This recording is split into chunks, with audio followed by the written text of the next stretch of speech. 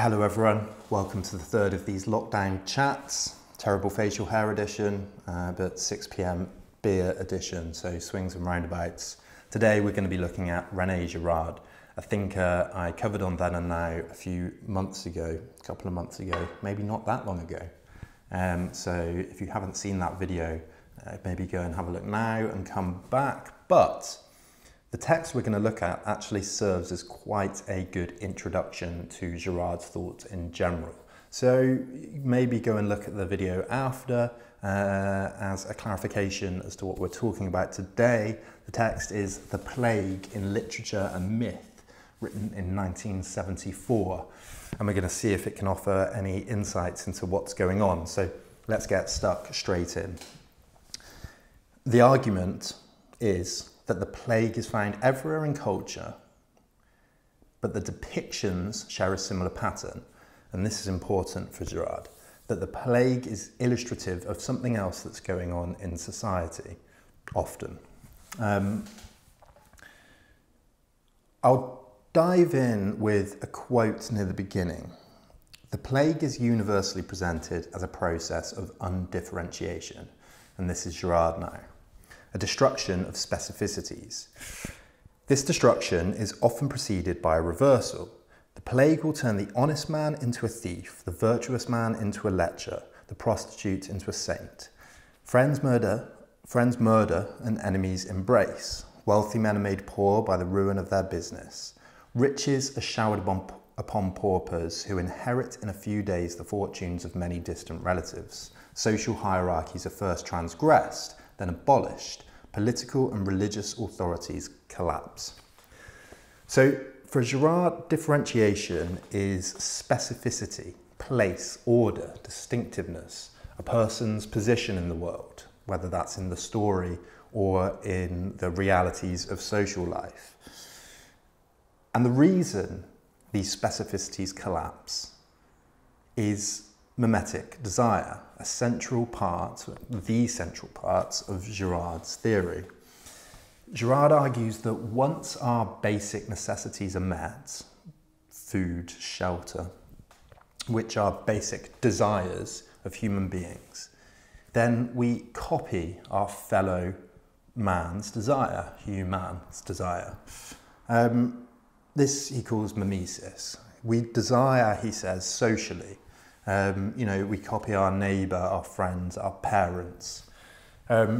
He says this is a central learning tool and a way humans progress, but it can also lead to a problem because once two people desire the same thing, it can lead to antagonism.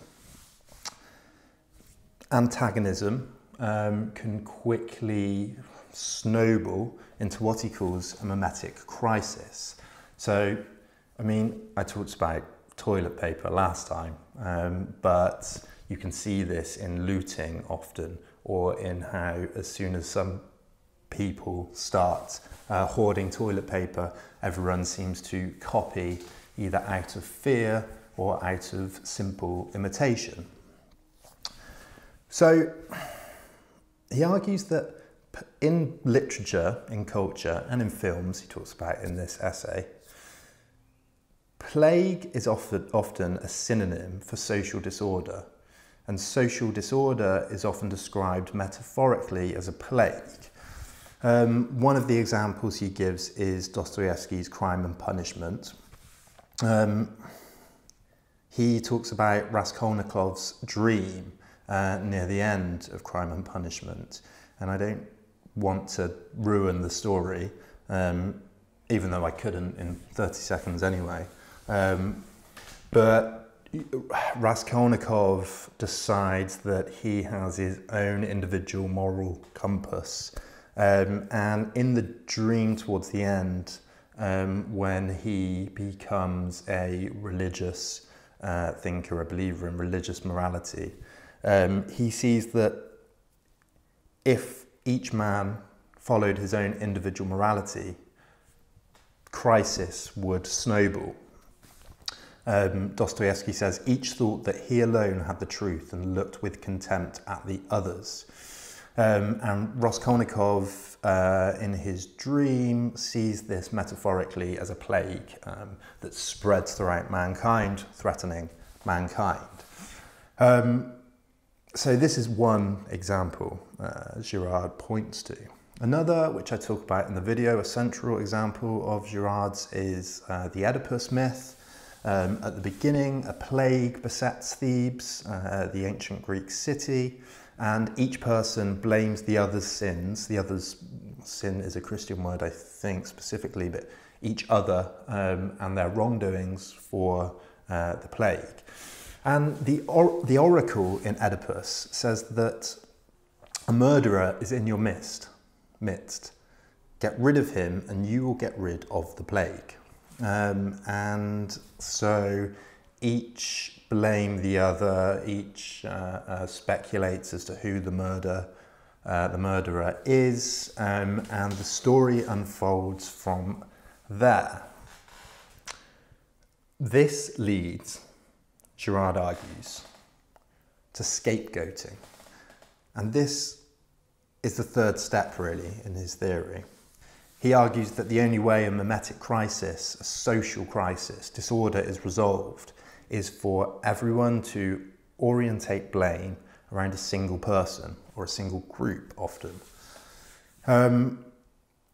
So we can see this happening metaphorically in Shakespeare, in Romeo and Juliet.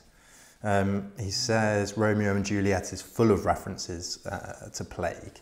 Mercutio famously says, "A plague on both your houses," describes Romeo and Juliet's deaths as poor sacrifices of our enmity. And towards the end, this might even be the final lines, I cannot remember. Shakespeare says that Romeo and Juliet do with their death bury their parents' strife.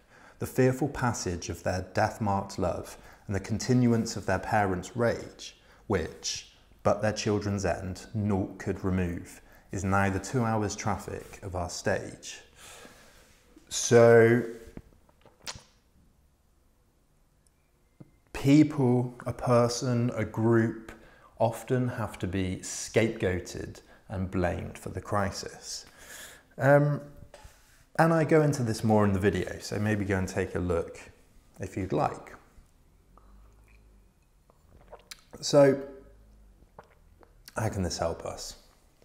Who will be scapegoated for the current pandemic? Girard argues that stories, new cultural beliefs, appear when we need to understand something as a community that's been unprecedented.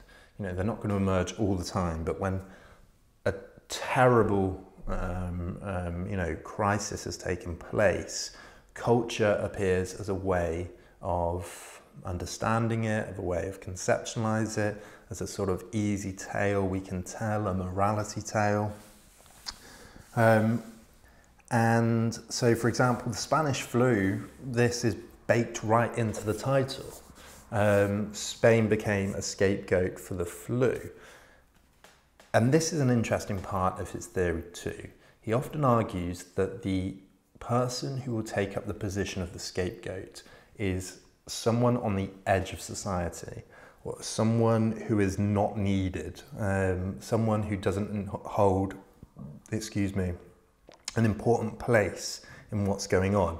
And of course, Spain was neutral during World War I. They were more transparent when the flu arose. Their newspapers were more open to describing what was going on, and so the name Spanish flu took. But it took as well because, each side in the war could blame Spain for this without risking breaking up alliances or offending allies. So it's interesting that Girard's theory is really part of the title of Spanish flu. It's really in there very obviously. So we can see here, people are often, frequently saying that China, might dangerously become a scapegoat, that racism towards Chinese has arisen. I think that, of course, is a worry, but China holds such an important place in the social order that it's unlikely to stick. These things stick when the people, the group, the person is expendable, can be booted out, scapegoated. So there's an interesting article, foreign policy article, a Salon article, I'll leave a link below, talking about how Trump and his allies are setting up Dr. Fauci as a scapegoat, who heads up the National Institute of Allergy and Infectious Diseases. And Trump, I haven't been following this story particularly, but Trump is touting the use of hydroxychloroquine as a treatment for COVID-19, which Fauci says, is almost certainly not going to work, and there's no evidence that that works. But Tucker Carlson on Fox News has been almost scapegoating Fauci already, and blaming them for being advocates for the shutdown, which is having an effect on our economies. So the Salon piece is interesting. It talks about how it will set him up perfectly as this scapegoat, so that afterwards Trump will be able to say, well, we didn't try this drug, this hydroxychloroquine, and they shut down the economy. That's why the economy is failing at the moment. It's not my fault, it's his fault. So you can see a mimetic scapegoating appearing there.